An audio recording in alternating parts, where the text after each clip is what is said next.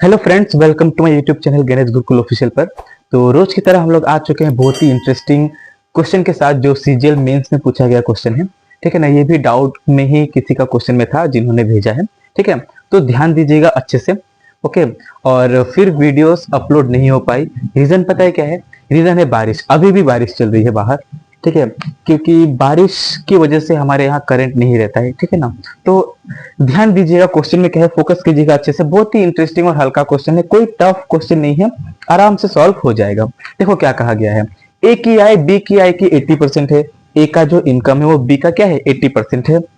और ए का व्यय, ए का जो खर्चा है, ए का एक्सपेंडिचर जो है बी के एक्सपेंडिचर का 60% है। यानी बी का खर्चा का कितना है, 60% है। यदि ए की आय बी के व्यय के 90% के बराबर है, इफ यदि ए की जो आय है, ए का जो इनकम है बी के व्यय के, बी के एक्सपेंडिचर के 90% के बराबर है, तो ए की बचत बी की बचत से कितना परसेंट अधिक है? तो ए का जो सेविंग है वो बी का सेविंग से कितना ज्यादा है। ठीक है ना, कितना परसेंट ज्यादा है। सीजीएल मेंस में पूछा गया क्वेश्चन है, 2022 का क्वेश्चन है, और ये सारे उसके ऑप्शन थे। तो ध्यान दीजिएगा अच्छे से हर एक स्टेप को, तभी समझ में आने वाला है। देखो यहां पर हम लिखते हैं, यहां पर ए, और यहां लिखते हैं हम लोग बी। ठीक है, हम लोग यहां पर लिखेंगे इनकम, एक्सपेंडिचर, सेविंग। ठीक है ना, ये हो गया इनकम, एक्सपेंडिचर और सेविंग्स। इनकम मतलब जितना हम लोग कमाते हैं, एक्सपेंडिचर जितना खर्च करते हैं, और सेविंग जितना हम लोग बचाते हैं। ठीक है ना, इनकम मतलब जितना हम लोग कमाते हैं, इनकम, एक्सपेंडिचर जितना हम लोग खर्च करते हैं, और सेविंग मतलब जितना हम लोग बचाते हैं। देखो क्या बोला है, ए की आय बी की आय की 80% है। यानी ए का जो इनकम है बी का क्या है, 80%। हम लोग मानते हैं ए की आय बी की आय का 80% है। मान लेते हैं बी अगर 100 होगा ना, तो ए पता है कितना होगा, 80 होगा। ये पता है कौन बोल रहा है, क्वेश्चन बोल रहा है कि ए की आय बी की आय की 80% है। ए का इनकम बी की इनकम का 80% है, वो हमने लिख दिया है। और ए का व्यय बी के व्यय का 60% है। ए का जो व्यय है, ए का जो एक्सपेंडिचर है बी के व्यय का 60% है। सेम वही मान लेते हैं कि बी का खर्चा अगर 100 होगा तो ए का कितना हो जाएगा, 60। ओके, बस ऐसे मानने के लिए हमने लिखा है और कुछ नहीं। ठीक है, ए का व्यय बी के व्यय का 60% लिख लिया। ए की आय बी के व्यय के 90% के बराबर है। बोला गया है ए की आय बी के व्यय के 90% के बराबर है। यानी ए का जो ये इनकम है ना, बी के व्यय का यानी 100 का, ए की आय बी के व्यय का 90% के बराबर है।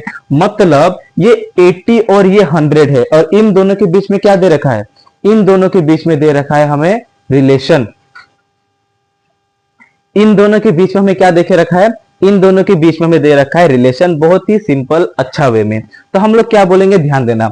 ए की आय बी के व्यय का 90% के बराबर है, तो हम लोग मान लेते हैं इसको x। ठीक है, और इसको हम लोग मान लेते हैं y।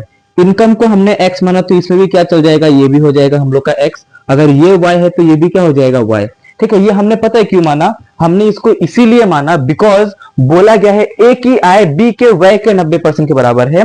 यानी ए का इनकम बी के एक्सपेंडिचर के 90% के बराबर है। इन दोनों के बीच में क्या दे रखा है, रिलेशन। तो इन दोनों को अलग अलग वेरिएबल से हमें अलग करना पड़ेगा। और दूसरा भी रीजन ये है कि 100 कमाता है, 100 खर्च करता है, तो बचाता क्या है, कुछ नहीं। ऐसा हो जाता ना, इसीलिए। तो मतलब उसका इनकम और एक्सपेंडिचर अलग अलग ही होगा। हम लोग जितना कमाते हैं तो उसका हम लोग कुछ भाग खर्च करते हैं और कुछ भाग बचाते भी हैं। ठीक है ना, तब थोड़ा ध्यान देना हम लोग कैसे निकालेंगे। ए की आय बी के व्यय का 90% का बराबर है। ए का आय कितना है, 80x।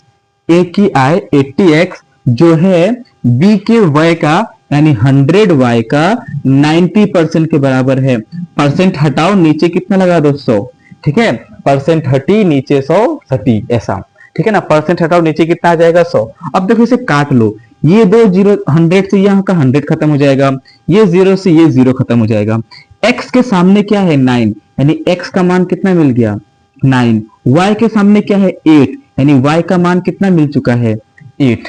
ये लाइन क्लियर। आप लोग ऐसा नहीं बोल सकते ना, देखो समझना, आप लोग ऐसा भी बोल सकते हो कि 80x में से 60y माइनस करके हम लोग को यहाँ पर कुछ वैल्यू लिखना चाहिए था। अब जाके लिखेंगे, जब हमें x और y का मान मिल चुका है ना, अब देखना हमारा जो सेविंग है ना एकदम झटके से मिलने वाला है, बहुत ही सिंपल वे में। ध्यान देना, x और y का मान कैसे आया, कोई दिक्कत है कि नहीं? अगर कोई दिक्कत नहीं है तो हम लोग आगे प्रोसीड करते हैं, ध्यान देना। देखो तो फिर ए का जो रियल इनकम देखो, अभी हम यहाँ पर क्या लिख रहे हैं, इनकम, एक्सपेंडिचर और सेविंग, वो ए और बी का रियल वाला। तो ए का रियल इनकम कितना होगा, 8, देखो 80 यानी 80x, क्या लिखा हुआ है 80x, x को हटाओ और x का मान बैठाओ 9, यानी इसका अर्थ क्या है मालूम है, 80 इंटू 9, हमने x को क्या बना दिया, 9 बना दिया, ठीक है। तो 8 9 कितना होता है 72, 720 वो क्या करता था, इनकम करता था। पहले सब अभी ए का लिख रहे हैं, ठीक है ना। फिर देखो ए का एक्सपेंडिचर कितना है 60y, यानी 60 इंटू वाई का वैल्यू कितना है 8, तो 8 छक कितना होता है 48, 480, ये हो गया हमारा ए का एक्सपेंडिचर। तो अब बताओ, कमाता था 720, खर्चा किया 480, तो बचाता कितना होगा, कुछ नहीं करना है, इसमें से इसको माइनस करना है, जितना कमाते हैं और जितना खर्चा करते हैं उन दोनों के बीच को माइनस करोगे तो ए का क्या मिलेगा, सेविंग मिल जाएगा। ए का क्या मिलेगा, सेविंग। तो 720 में से 480 को माइनस करो, कितना होता है, यहां पर हमने लिख दिया 0, 12 में से 8 गया 4 और 6 में से 4 गया 2, यानी ए का सेविंग कितना है 240 रुपए है। यहां तक कोई डाउट नहीं है। तो फिर हम लोग आगे बढ़ते हैं, ध्यान से देखना। बी का इनकम, अब देखो क्या लिखेंगे, बी का इनकम कितना है 100x, यानी 100 इंटू एक्स कितना है 9, तो 9 इंटू 100 सीधा 900 लिख सकते हैं, कोई डाउट तो नहीं होगा, ठीक है।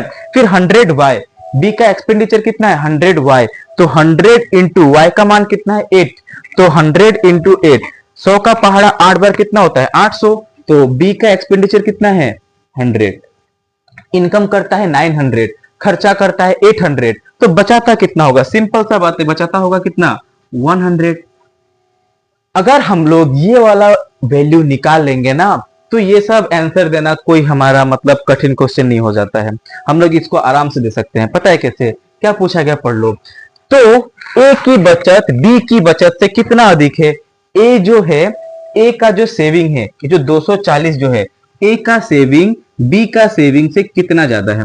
तो सिंपल आप क्या बोलोगे, देखो कितना ज्यादा है 140 ज्यादा है, माइनस करके देख लो कितना ज्यादा है 140 ज्यादा है, किसका ऊपर, हमेशा ए का ऊपर, क्योंकि पता है क्या बोला है, ए का बचत बी से कितना अधिक है, ए का बचत बी से कितना अधिक है, तो बी से कितना अधिक है 140, किसका ऊपर, बी का ऊपर, इंटू क्या कर देंगे 100, क्या कर देंगे इंटू यहाँ पर 100, क्योंकि हमें परसेंट में पूछा गया है। तो 100 से 100 खत्म, कितना मिलेगा हमें 140%, जो हमारा करेक्ट आंसर है ऑप्शन नंबर बी, ठीक है। बहुत ही सिंपल क्वेश्चन था, सीजीएल का मेंस में पूछा गया क्वेश्चन था, लेकिन इतना भी टफ क्वेश्चन नहीं था, बहुत ही हल्का क्वेश्चन था, आराम से हो सकता था। आप चाहते तो इसका रेशियो भी ले सकते थे, कोई दिक्कत की बात नहीं थी। हमने रेशियो क्यों नहीं लिया, क्योंकि मुझे पता है कि ये 100 से ये 100 कैंसिल होके इसी का डिफरेंस जो है वही हमारा आंसर हो जाता। किसी को लगेगा कि ये बहुत ही ज्यादा लंबा हो चुका है, लेकिन नहीं, आप जितना अपना स्टेप्स को कम करोगे ना, उतना आपको ये ना और इजी और शॉर्ट में दिखने लगेगा, ठीक है। मिलते हैं अगली वीडियो में ऐसे ही कुछ इंटरेस्टिंग और कॉन्सेप्चुअल क्वेश्चन के साथ, ठीक है। और बताइएगा कैसा लगा आपको सॉल्यूशन, और चैनल को सपोर्ट करते रहिए, आपका ही सपोर्ट मुझे मोटिवेशन प्रदान करता है जो मैं ये अपलोड कर पाता हूँ, ठीक है। तो मिलते हैं ऐसे ही इंटरेस्टिंग वीडियो के साथ, तब तक के लिए थैंक यू, बाय बाय।